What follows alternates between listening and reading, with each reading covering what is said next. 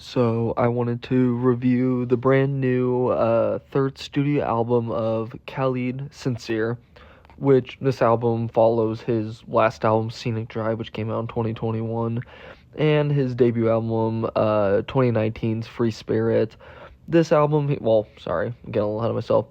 He's kind of taken a bit of a break from music, and he's finally come back with this new album, which features more of a focus on R&B rather than his more pop centric albums and songs that had maybe a little bit of R&B sprinkled here and there, but this one is feels like more R&B than pop, which is kind of an interesting concept to see and then hear, obviously.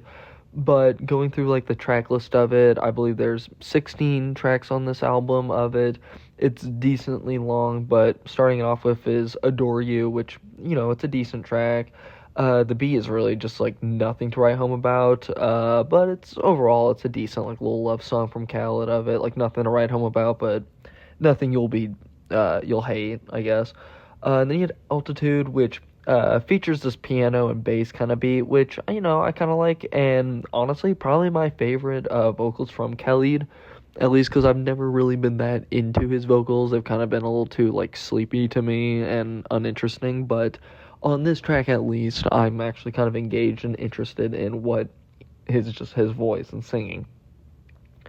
Dose, which honestly which is kind of a sad little song in terms of it just overstays its welcome too much and isn't interesting or engaging enough to really warrant its inclusion or its time.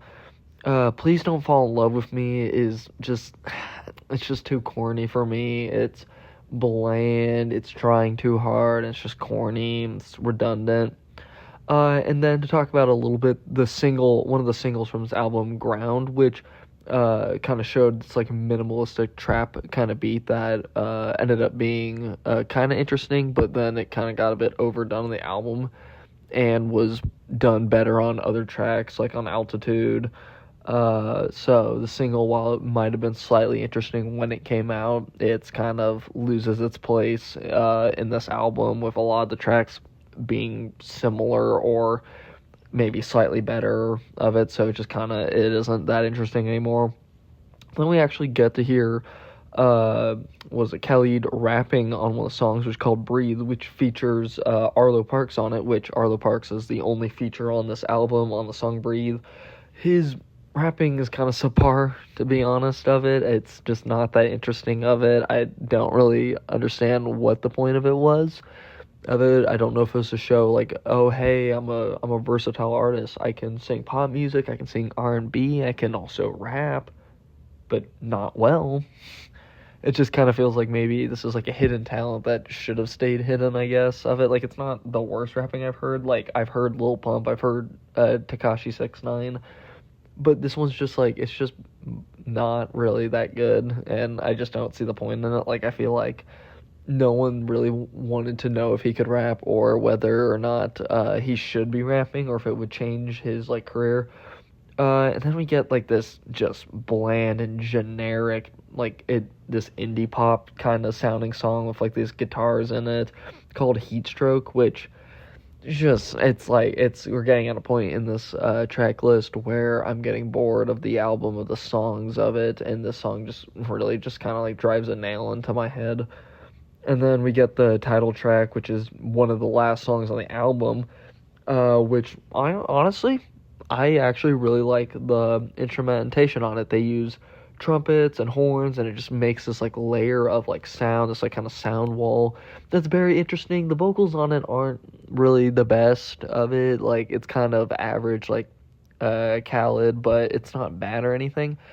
Problem is that they put this song so low on the album that if you're listening to it in an album sense, you have to really go through like I believe 13 tracks, and most of the tracks on it aren't interesting enough to keep your attention. So when you do get here, it just any of the interesting stuff on it just really doesn't work, and that seems to be a big issue with a lot of albums coming out with Khaled, especially of his previous albums of it, is like we're not looking at an album sense, we're looking at it as like, oh, the most popular songs, and it's just not interesting enough to engage. Like, yeah, maybe a Khaled song here and there is pretty good, but when was the last time someone listened to an entire Khaled album and was able to stay awake?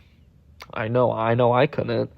But while this album was an interesting endeavor from Khalid, as we saw a more R&B centered approach from him, which was definitely interesting of it. And for a little bit, I was kind of wondering, like, where's Khalid? When has he been releasing music? Is he coming out? And then I saw, oh hey, he actually is releasing an album. I was interested a little bit. I wanted to see maybe something new would happen. Maybe he would try a bit, and he changed it a little bit, but not significant enough. Just it was interesting, but not it wasn't engaging enough, and it wasn't a drastic change to me to like really give enough merit to his new sound. I guess he was kind of trying. It just seems like his same music, but just with a different like branding on it of like, oh hey, this is R&B this time, when he's kind of really always been doing this kind of music of it, and it's not too unfamiliar from his previous albums. I would honestly be giving this album, I'm gonna give it a 5. That's kind of what I'm feeling. It's not the worst album I've heard, not anywhere near the best album I've heard.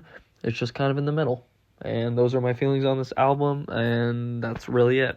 Bye.